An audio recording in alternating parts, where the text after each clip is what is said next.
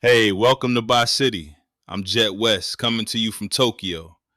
Today we're going deep on Ukraine's AI guided drone program, how Kyiv trained a neural net small enough to fit on a cheap FPV drone, how it's outrunning Russian jamming, and why the official policy describing what it does and what it actually does on final approach cannot both be true at the same time. Let's get into it. Ukraine trained an AI small enough to run on a $500 drone's onboard chip, and it beat electronic warfare systems Russia spent years building. Russian military bloggers, the ones cited by the Institute for the Study of War, now say Moscow was unlikely to adapt within 6 to 12 months. Sit with that. The frontier labs are burning gigawatts of power to help you write a slightly better email. Kyiv put a neural net inside a drone called the Hornet and severed a supply line to Crimea. And here is the part nobody wants to say cleanly. There is a 4-minute window in every one of these strikes where no human being is deciding anything. Ukraine's official policy says that window does not exist. I want to show you why those two things are the same fact. Because they are. Let me start with the engineering because the engineering is genuinely beautiful. And I mean that. Everybody else in this business is scaling up. Bigger models, bigger clusters, bigger buildings full of humming metal in the desert. Ukraine went the other direction on purpose.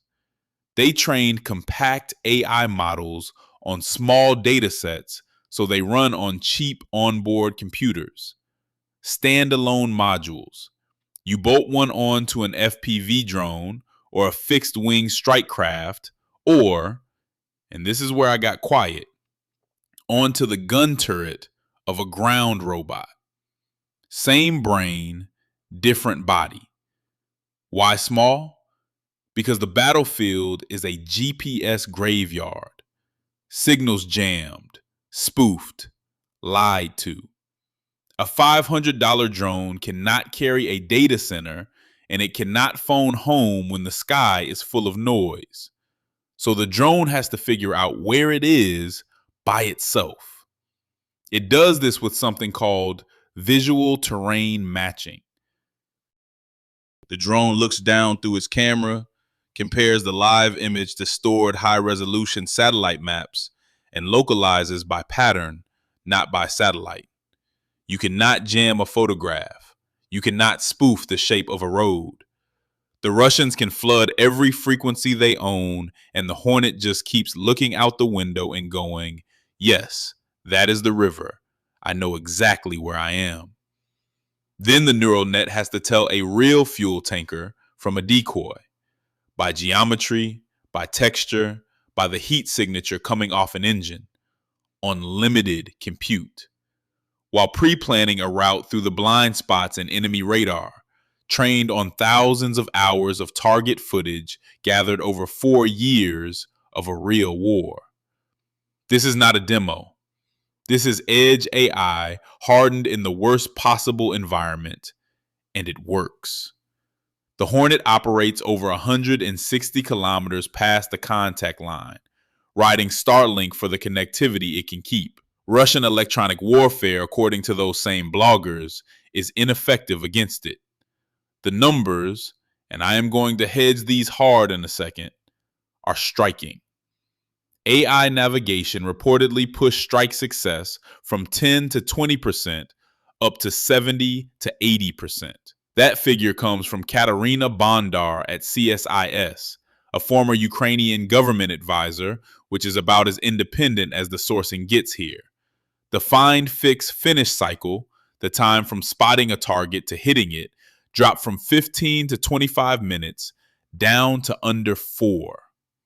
Ukraine says it now runs more than 5,000 strikes a month beyond the 20-kilometer line. The Chongar Bridge, the link between Crimea and the mainland, completely destroyed. A second crossing blocked. This is the funded, named program They call it logistics lockdown. $113 million in fresh money routed to whichever brigades perform best through a system called E-Points. Pay for results. The war has a leaderboard. Now, that 4-minute window. How does the drone beat the jamming? By taking over on final approach. Here is the mechanism as RBC Ukraine describes it, citing Ukraine's own defense ministry. On the last leg where Russian electronic warfare is strongest, the AI assumes control. It places a lock-on marker on the target itself. It adjusts the drone's control surfaces and flies the dive. The human is not touching the stick. The human cannot touch the stick, because any radio link that let them would be the exact link the enemy is jamming. The thing that makes this drone unbeatable is that it stops asking permission at the worst possible moment. And that is a problem, because the same government describes the same drone this month telling a room at the Ukrainian embassy in London that it bans the use of AI in the final stage of target interception. Both of those statements came out of the same government. The AI takes over on final approach, places its own marker, flies the kill. And also, AI is banned from the final stage. You can only square those two if the phrase final stage is defined so narrowly, it means the last half second. And everybody in that room knew it. I want to be careful and fair here, because this is a country defending itself from an invasion, and I am not going to pretend the moral weight is symmetrical. It is not. But the technology does not care who is righteous. And there's a second thing sitting in the record that makes the ban language harder to hold. In 2024, there was a test. Fully autonomous quadcopters, no video feed, no human in the loop. Human-piloted drones flew in afterward and found a couple of dead Russian soldiers. And the conclusion was that the autonomous machines had done it. That was revealed by Alexander Kokanovsky, an executive whose own company was not involved, which is a convenient position from which to disclose. The framing everywhere is one-time test, not a battlefield reality. That phrase, one-time test, is doing an enormous amount of load-bearing work for one small sentence. Here's what I keep circling. Nearly every impressive number in this story, the quadruple destruction, the casualty ratios, 67 Russian troops lost per square kilometer of advance in the fall, climbing to 179 by spring. The fuel rationing.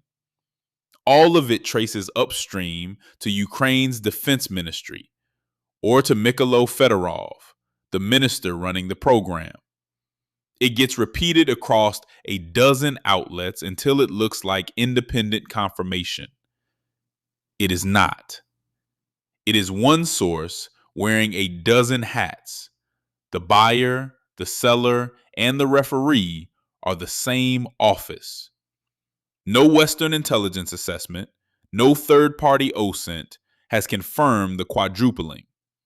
The most detailed pro-Ukraine operational write-up in this entire pile ran on CGTN, which is Chinese state media.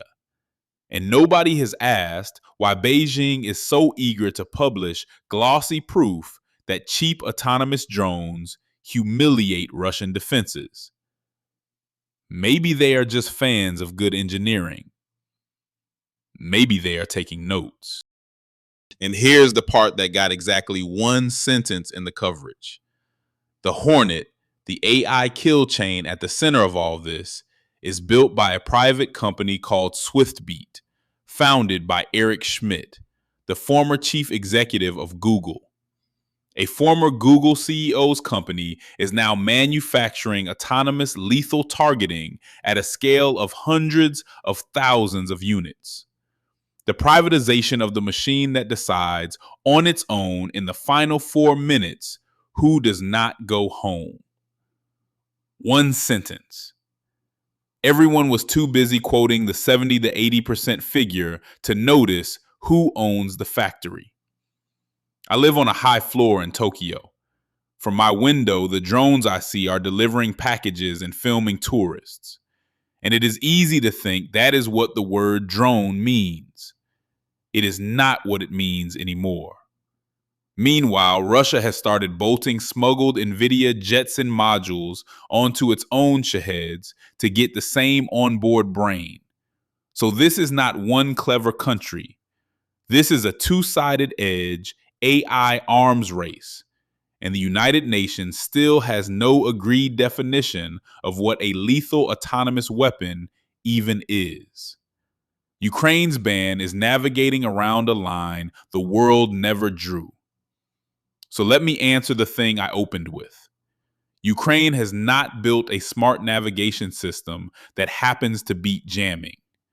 It has built an autonomous weapon that beats jamming because it is autonomous, and then written a policy that describes the one capability the weapon cannot function without as the one thing it does not do. The 4-minute window is not an accident in the design. The 4-minute window is the design.